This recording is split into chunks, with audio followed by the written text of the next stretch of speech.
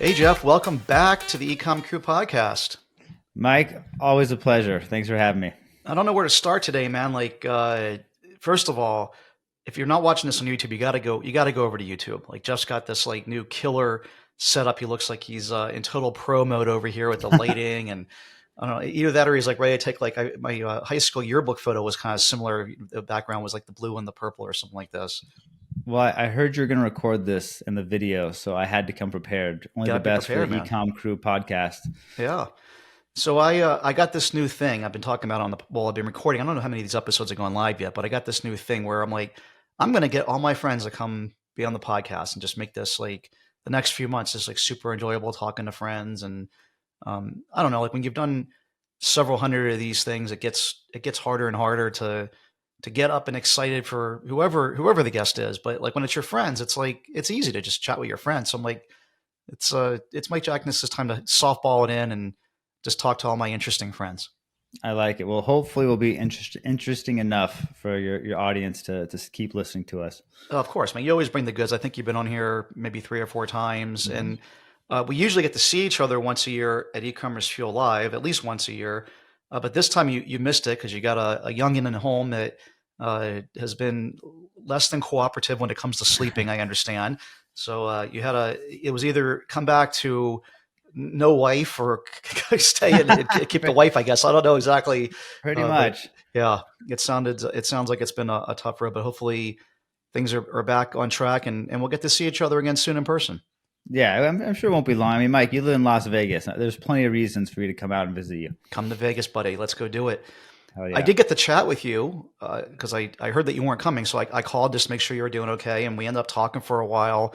It was interesting timing because just as ECF Live was happening, Google Live was happening. Google explosion, whatever you want to call it. Google update 17.6 or whatever we're at this point was happening. And things, there's been like another big shakeup. I'm convinced that this is the Reddit was going public and someone at Google had Reddit stock. So we need to make all their stuff rank update. Right. Wouldn't be the first time. Yeah. So what are you seeing in Google search land after this last update? The big March core update, the Yeah, super core update. the super core. Yeah, it's this one was a big one. Like there's a lot more shakeup this time around. Kind of the grapevine in the SEO world is that Google's is cracking down more on low quality affiliate sites. So trying to search for a product before, like best gaming laptops, best protein powder, best anything, it's just riddled with low quality affiliate spam. Yep. And it wasn't necessarily the best page would rank number one. It was the best SEO would rank number one.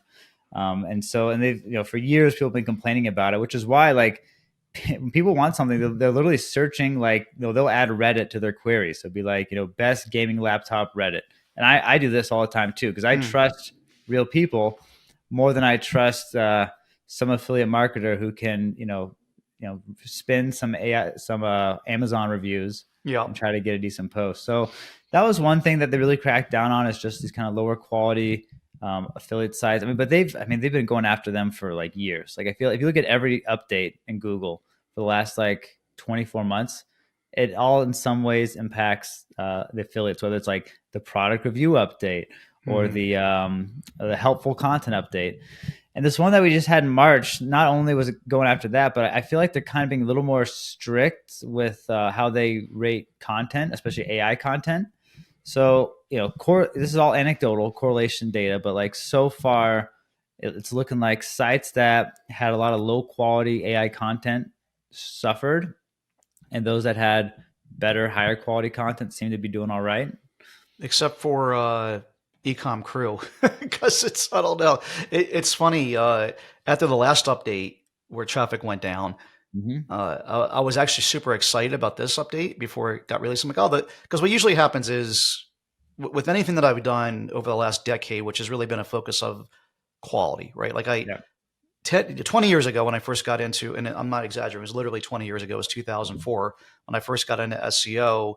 All I cared about was rankings. The quality of the content was meaningless to me. It was, what can I do to rank? And quality definitely suffered.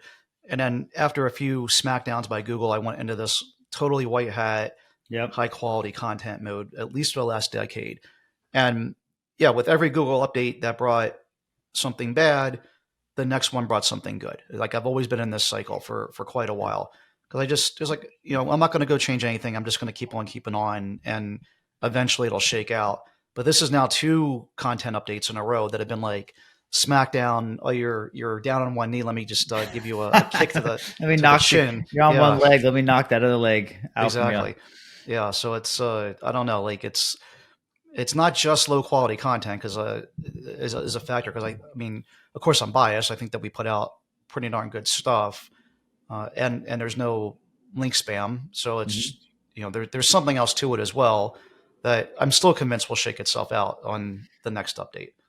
Well, I like you're one of the few like OG SEO type people that have the scar tissue from the old school updates. Like it Yeah. reminds me back when like private blog networks and you could just buy so many links and it worked well until you get penalized and then I think we had the same epiphany. It's like, all right, we got to focus on the long term because this short term stuff's just not cutting it. And yeah, it's difficult. But in your case, I don't necessarily think you were penalized or hurt by it. I've looked at other blogs very similar to yours, and I've looked at yours a little bit too. I think what's happening if I look at the keywords where you used to kick ass and rank at the top, I bet you're now getting outranked by Reddit and Quora, and they're stealing a lot of the traffic that Hmm. used to go to your site. So we were number one, now we're number three, kind of thing. Yeah, I yeah. haven't actually dug into it that much. I don't know. Like I think that there's a danger for me, like digging into it too much, is then you start going down some rabbit hole. It's never guaranteed, and I just feel like if I spend the time just doing again overall what I think Google wants, which is putting out good quality content that people want to Hmm. consume and actually helps them, I feel like long term I'm still going to win with that. I mean, obviously Yep. there's some overarching SEO strategies that are super important and things you want to be aware of, and especially on your end. I mean, obviously this is the thing that you make your living with, so I'd be way more privy to it. But I don't know, like I just throughout all those years of like the Penguin Panda like stuff when that like Hmm. really hit hard, I found myself zigzagging a lot. It's like you're trying to chase the thing that works today rather than just trying to go in a straight line. It's funny you say that, and I would almost like reframe it of less of like you and your site zigzagging, and more Hmm. so Google zigzagging, where they Right. might have overcorrected too much, and Yeah. now you're not ranking as well as you used to, and they adjust it, try to get things back, and now you're back up. We see this a lot. I mean, you mentioned some of the older updates, like the Penguin, the Hmm. Panda. I remember when the Panda update came out, which was mainly targeting duplicate content. Every single e-commerce drop shipper reseller got pummeled because all of them were using the same manufacturer default product descriptions. Yeah. And Google's like, oh, you're stealing content. Like, bam, boom, you got taken down. But then they had adjustments to the update, and now it kind of got the dust settled, and we hit equilibrium. I think we're in something similar now, where we Yeah. see Google's doing these big updates, and you have these false positives that get impacted when they shouldn't. You get sites that benefit when maybe they shouldn't. And, I feel like a lot of these core updates is kind of like adjusting the signals to get it right, where really we have the best sites at the top and the crappy sites are off of page one. Hmm. Yeah. Makes a lot of sense. Yeah. I can't remember. I think it was either Penguin or Panda. One of them was the duplicate content. The other one had to do with links. Yeah. Panda Uh, was the duplicate content one in February 24th, 2010, if anyone's curious. Um, yeah. and which is funny. My first, my first day doing SEO, or I had 1 week of SEO, and then the Panda update dropped. So Oh, like that was really? my Wow. intro into the SEO world. And then yeah, in 2011 was Penguin, which went for like uh, over optimization of anchor text. So before you just have the keyword as the anchor text and build a bunch of backlinks, now it rank really well, and then you start to get penalized for it. Yeah. We had, I had gotten out a little side note for people out there to listen that love history lessons of Mike Jackness. I had gotten out of poker at that point, poker affiliate marketing. I was doing quote unquote more legitimate affiliate marketing. I was like in these other spaces. And so I owned at that time graphicdesign.com, IRA.com, onlinedegree.com, and onlinestorage.com were the four sites I was working on. And I woke up that morning and traffic had gone to zero on all four sites.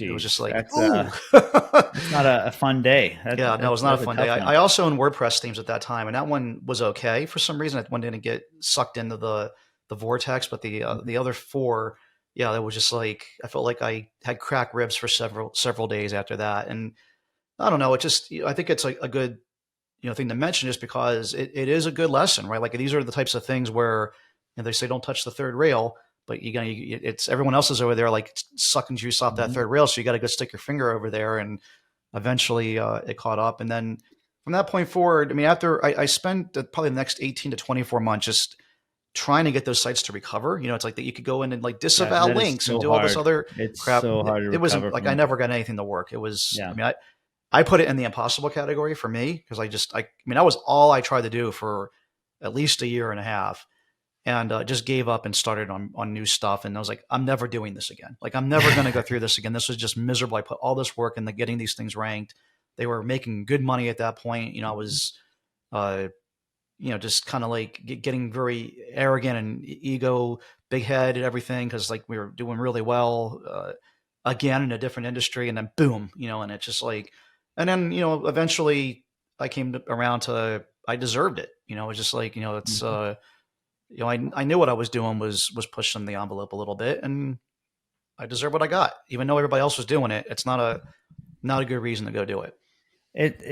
Very good point there, because like even now, like you have the kind of the old timers, the old gray hairs in the room, like you and me, Mike, that like we remember, we still have scars and PTSD from Penguin and Panda. Like we Yeah, we remember what those days would look like, and when you put your hand on the hot stove and it burns, like I'm never putting my hand there again. yeah. And then you have these kind of newer people that they hear about, oh, I can just build a new website on top of an expired domain, or I can Hmm. just build a bunch of private blog network links, or you know this update also specifically targeted expired domains, so that strategy is kind of officially a thing of the past. Yep. But like even now, you got to be careful the kind of the shiny object shortcut syndrome, and just know Google has teams of people with PhDs where their full-time job is just to find web spam and either devalue it or penalize sites that abuse it.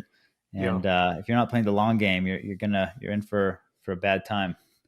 I read this article in that 18-month period after Penguin Panda and me getting crushed, and it was talking about, you think you're so smart, basically, like, here's how quickly Google can figure out that you're cheating. And it was like talking about like a bell curve and standard deviations from the norm. And it was using Wikipedia, the New York Times, and another site as an example of these are the like whitest hat sites that Mhm. there are, right? They just exist.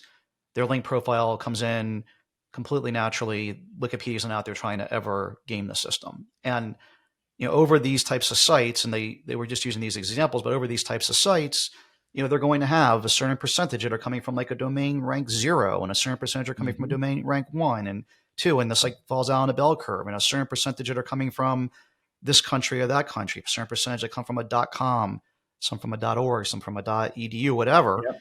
And you think like I'm just going to go get one or two links, right? Like or I'm just going to do this one or two Mhm. bad things, they're never going to catch me, kind of thing. But almost immediately, like if you just have a link profile with 100 natural links and you go off and get 7, 10, whatever, not any, maybe one a month spammy links, all of a sudden, really quickly, like there's some spike way outside at left field, standard deviation from the norm from a statistics Mhm. standpoint, where you're way out of this bell curve of natural links or this natural whatever, and they're just going to smack you down. And I was just like, damn, like, okay, like not even a little bit anymore, right? Because it's like the tendency is like, I'm gonna be I'll good, build a but few links. What's the worst that could happen? Just for yeah, now. yeah, just a little bit, like, and but it's so I'll binary eat with healthy next Google. year. Yeah, yeah, yeah. I'll eat healthy next year. So at any rate, I mean, I think the same thing applies to Amazon. Which is why we've always been way ahead with Amazon, and anything with SEO. And so I mean, EcomCrew and the other sites that we have are all built completely white hat, and some of them have benefited from this update. Some, as we talked about with EcomCrew, haven't. And I'm not convinced that Reddit or Quora are the answer Mm. to all these queries. So I think there'll be a retracement by Google to at least for some of the sites. I think there's something like, okay, so we see Reddit and Quora perform like those were the hands down. You ask anyone who's been studying this, the two biggest winners from this last update Mm-hmm. on March 8th, I want to say, was Quora and Reddit. And what's unique about Quora and Reddit? Well, this is real people, assuming real, that have accounts, and you get kind of this crowdsourced feedback, and it's not one person telling their opinion; it's like actual people saying their stuff. Well, it kind of goes hand in hand with what Google's been pushing lately, which is the EEAT: experience, expertise, Authority, authoritativeness, and trust. trust. Yep. And it's kind of hard to get that with just like some unknown blog. Um, Whereas like with Reddit, like there's more trust there because you can see all the opinions, you can see the people. Heck, you could even dig into their past posts and see like, is this a real person and are they biased or whatnot? So I feel like Reddit and Quora have a lot of trust because these are like real, again, presumably real people. Whereas blogs, it's kind of hard to get that. All the more in the world of AI content, I feel like people are going to be even more skeptical of like websites that don't really have a big brand presence, and kind of trust, put even more weight on the bigger brands and kind of the social sites like Reddit and Quora. So it'll make it even more difficult to get started and build something moving forward. Is kind of what your theory is. I think brand metrics, brand signals is going to be even more important than usual. And like how, Google's always talked almost every update for like the past like 15 years. It's all been like, we see the brands benefit more. We see like, the bigger authority sites, and it's easy to stand back and just point to like, oh, well, these are, domain rating or domain authority 60, 70, 80, 90 sites. That's why they're ranking better. But I think there's more to it than that. I honestly feel like Google's factoring in how much branded search traffic you get per month. And I've seen so many times where like I've seen this with some Shark Tank businesses where they don't do any SEO, but they Hmm. have like so much branded search traffic from Shark Tank and other marketing and PR things, and they rank insanely well, even if they have a kind of a lower domain authority or domain rating. So I really do think like 2024, we're seeing a lot more emphasis on branding and brand signals. And I feel like part of the way Google might be measuring that is looking at your branded search traffic.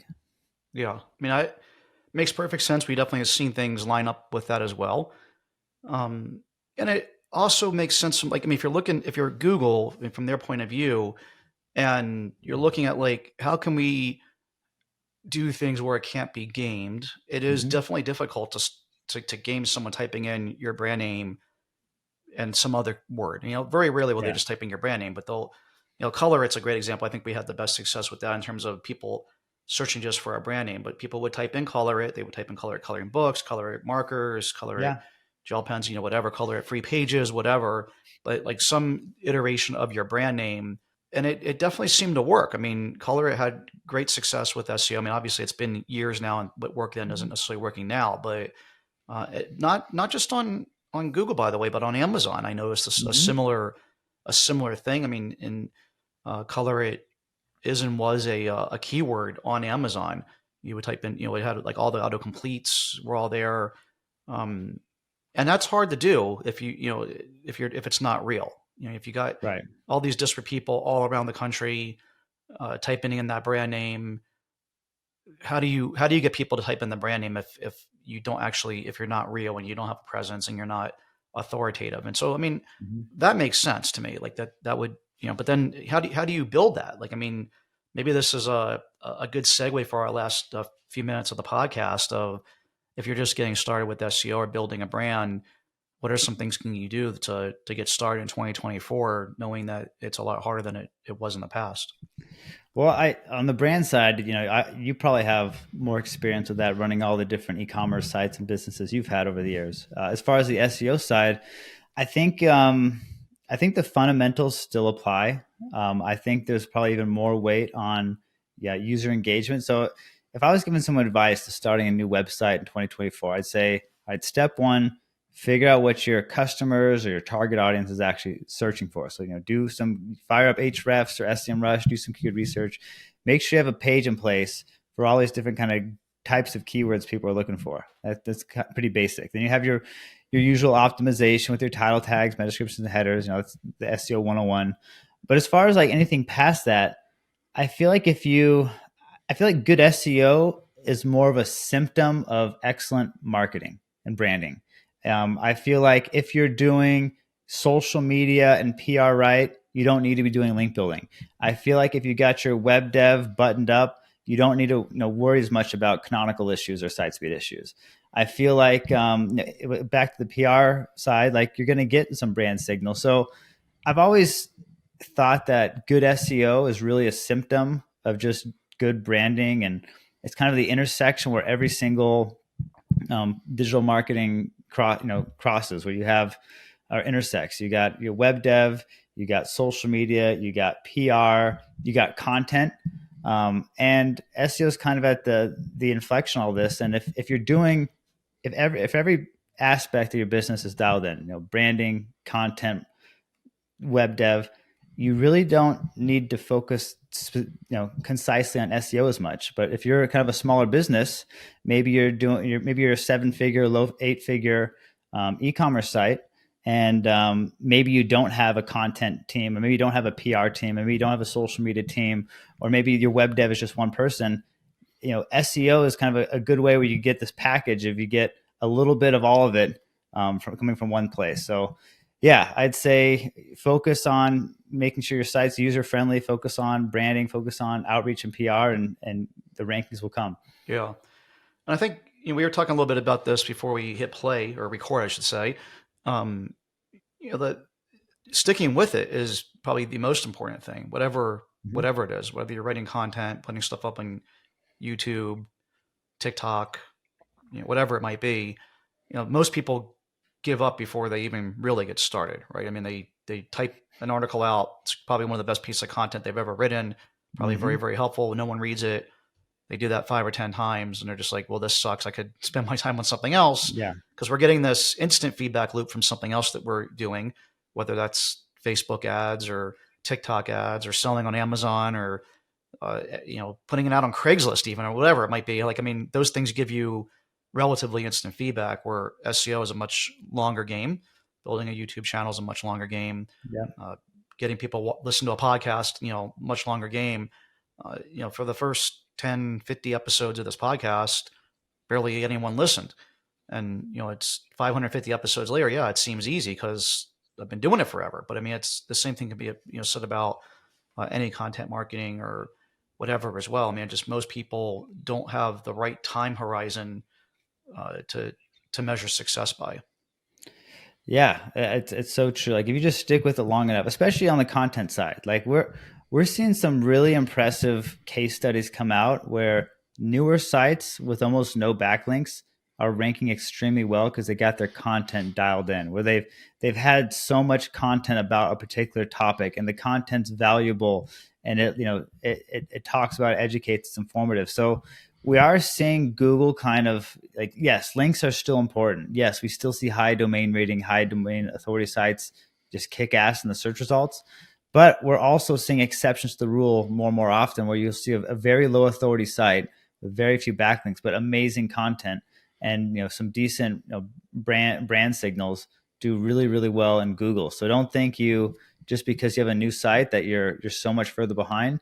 Google's kind of adjusting and recalibrating, where if you have good enough content and your site's decent, provides a good user experience, you can actually rank pretty well. Yeah. All right. Switching gears completely for the last couple of minutes. I just curious to talk to you about something else. Um, the crystal ball conversation of where you think things are going from here when it comes to search. I mean, for the last 25 years or so, um, Mm-hmm. we've turned on our computers and typed into a box, a query, 10 results have come up surrounded by some number of ads. And those number of ads have increased over the years. Yep. At first, it was, I think, one thing at the very top, and then there was some stuff on the sidebar. And now, I mean, I think there might be just as many ad spots on Google result as there is organic. It's pretty close. Um, but everything changes, right? I mean, it's again, Mm-hmm. even that's been fundamentally the same. AI is kind of changing the whole entire game. We've seen some beta early stuff of AI search, which kind of is like you type in something in a box, and the result that comes out is like maybe got some annotations on it or whatever, but it's like one thing, right? Like you're going to have like Yeah. a result, and maybe that result's like a compilation of two, three, four different sites things to come up with that result. Maybe you read that result and don't ever click through to the website. Maybe you do click through to something, but the game's going to change like drastically. I mean, what are some things that you're seeing? Like, how is that going to evolve? And are people going to still have an incentive to even post content anymore?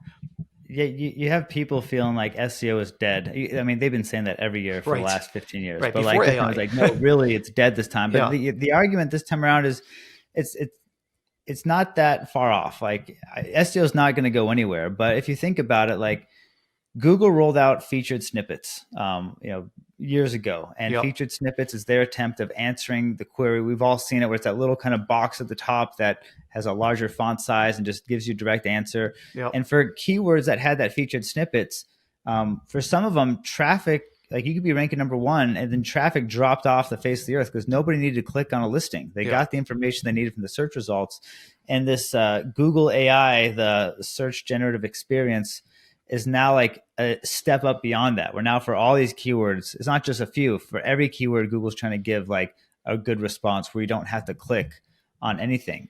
And for sure, there's going to be some negative impact on search traffic. The question is this a lot or is this a little? And is it going to be soon or is it going to be a while out? I honestly think it's probably going to be a while before it fully takes over. And it's good, but we've all seen Chat GPT hallucinate. We've all seen it yep, come up with stats that aren't true. And I don't think people fully trust it yet, where they probably still feel like, like right now, AI and Google search generative experience, it's like you meet someone on the street corner and they're giving you some advice. It's like, okay, well, how do I really know you're not full of shit and you're right, actually like saying it? It could be one of those things where Google figures it out and like next year or next 2 years it's buttoned up, or it could be like self-driving cars, which has been almost there for like a right. decade now. So Yeah, that's the that's a great thing. We don't example. know. Yeah, we don't know how difficult like it is to solve the hallucination, the content accuracy. But since there is still enough inaccuracies where you can't blindly trust it, I feel like people will still be doing their own research, clicking those links, and we really haven't seen search traffic fall off noticeably at all since Google started rolling out this AI search results. I mean, a couple things on this. Be fun to kind of ponder for a minute. The stakes aren't as high with search as they are with self driving. So I think self driving will be kind of binary. Like the day that it goes live, like it's got to be perfect, Yeah. right? Like, and I've had full self driving on my Tesla for quite a while, and I see it getting better and better. But like, I don't trust it to like drive me Mm-hmm. around and go to sleep. Like, I mean, it's definitely not there yet. But Google's also taught us that that this can be a slow. It's a again, because the stakes aren't as binary, you can slowly encroach. So like the Yeah, it's easier true. things can just be rolled out. And that was what a feature snippet basically was. Like if I type in something simple like what time zone is Las Vegas Mm-hmm. in, well now that's going to be a feature snippet. It has been for years. And the site that like was ranking for all the time zone city combinations that was getting tons of traffic just kind of slowly died and withered. Um, but the answers on those featured snippets are getting more and more sophisticated. Like I can't come Yeah. up with a next level up thing, but certainly the EcomCrew has lost a lot of traffic over the years to certain. That's like, oh great, we have the featured snippet, but now people aren't coming to our site, which Right. means that we're not getting those ads rolling that we make money off of. We're not getting a chance to get their email address, which we hope to be able to market to them and make money off of. And so that sucks, right? And slowly but surely, that traffic is like going away. Um, and maybe they can't answer the most sophisticated things, but it seems like more and more stuff can be answered either through a featured snippet type thing or through AI. And I guess the thing that I've just been really struggling with personally, again, is just like, people. I mean, capitalism's a funny thing, right? I mean, people do stuff for money, like they're motivated by Yep. money, right? And so, like, I might be motivated by money, and write a really great piece of content and put tons of effort into it, because I know, either from personal experience or from taking a course or from talking to other people or whatever, if I put up really great content over a long period of time, I'm going to get traffic, and that traffic equals money. Yeah. But if that traffic starts to disappear, like, I'm no longer motivated to do that. So the thing that I'm wondering, like, where, the world is heading to, is how do you keep people motivated to actually put out good content? And I'm talking about the stuff that's like actually needed, right? Like, I mean, let's say it's something new, that, like, that some piece of technology, some event that hasn't happened yet, whatever, that we want people to write about. Be motivated to write that content, because, like, I want to Mhm. consume it to learn about what happened, whether it was like some event, whether it's a sporting event, Yep. or some new technology that comes out as a business blogger, or how to organize my life differently, or whatever it might be. People will be completely, slowly disincentive to keep putting that out. I'm just curious how you see that going. So like you're totally right. Like it's getting more and more difficult. Like it's higher competition for less and less available traffic. I mean, don't Mm-hmm. get me wrong. There's still websites making multi millions a year from SEO. So Reddit. content can still do it. But if you just look at the trend, we're seeing it getting more and more difficult, and we're seeing the traffic getting less and less. And what's taking its place is just consumer behavior. We're seeing a lot more people.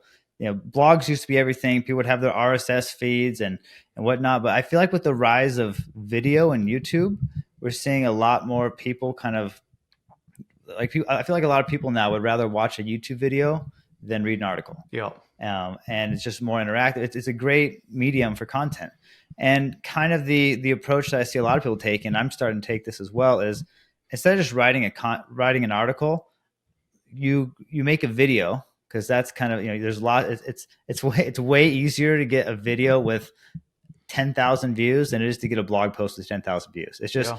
it's much easier now. So you make a video, and then you repurpose the video for a blog post, because it's way easier to go video to blog post. The information's there. You could have a writer, an editor kind of massage the content a bit, and you're kind of getting the best of both worlds, where now, yes, you have a great piece of content, you can embed the video as well, but you're also kind of putting yourself where a lot of people are searching, which is YouTube, which is I think last I heard, the second largest search engine behind Google. Yeah. Makes sense. I mean, I'm on YouTube all the time. I got a YouTube Premium subscription. I've had one for over a year now. I mean, it's just how I prefer to consume my content. Makes tons Yeah, of sense. And anything that I need to learn, that's the first place I go. So I mean, it same makes here. makes total sense. Cool, man. Well, we're out of time. But before I sign off, I want to do the Jeff Oxford pitch. I never do this for people who come on the podcast, but um, I probably said something similar last time you were on the show. But if you're out there and you're looking for help with SEO, or an agency to help you with SEO, I always recommend never use an agency to do SEO unless it's Jeff Oxford and his agency. It's just that all the things we talked about, the challenge with agencies are, they understand the timeline it takes to be successful, and the client typically wants success in 3 months or less. And so their agencies are kind of constantly having to push the envelope, doing some black hat, gray hat things to get Mm-hmm. results, to keep clients. It's a tough relationship, but do the right things. You explain this to people, and make sure that they're on track to do the right things, and that the timeline is longer. You're the only person I know in the industry that, over the 7 years I've known you, that everyone always says the best things about you, that you've helped them immensely. And even though we were a little doom and gloom with some of the SEO stuff today, like, SEO is not dead. Mm-hmm. There are ebbs and flows. Like, some of our sites' traffics are up, some of it's down, but we still get tons of traffic with organic search. The business that we sold last year continues to grow with organic searches that had a lot of opportunity. Um, and so if you are looking for help with that, someone to point you in the right direction, or help with that, please reach out to Jeff. And the best way to do that, Jeff, is Yeah, you can just shoot me an email directly, jeff at 180marketing.com. And like Mike said, if you are curious about SEO, I have a no pitch policy, where if you just want to see if SEO is a good channel for you, we'll pull up your website and Ahrefs or SEMrush. We'll look at the keywords you're going after, and just see how much opportunity is there.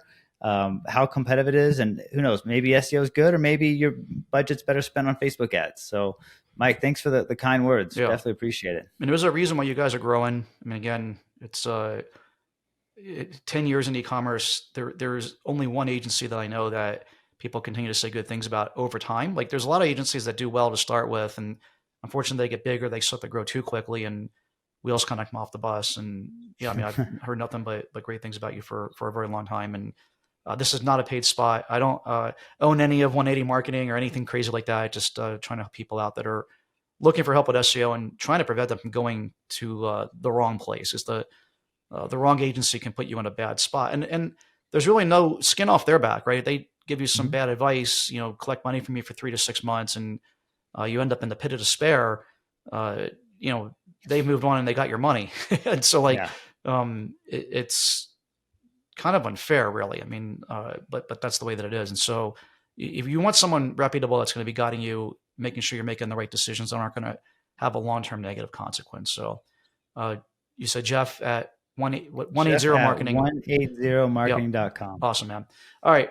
Next time you're in Vegas, please let me know. You owe me a beer now that I gave you a free pitch, but I hope to see you soon, my friend.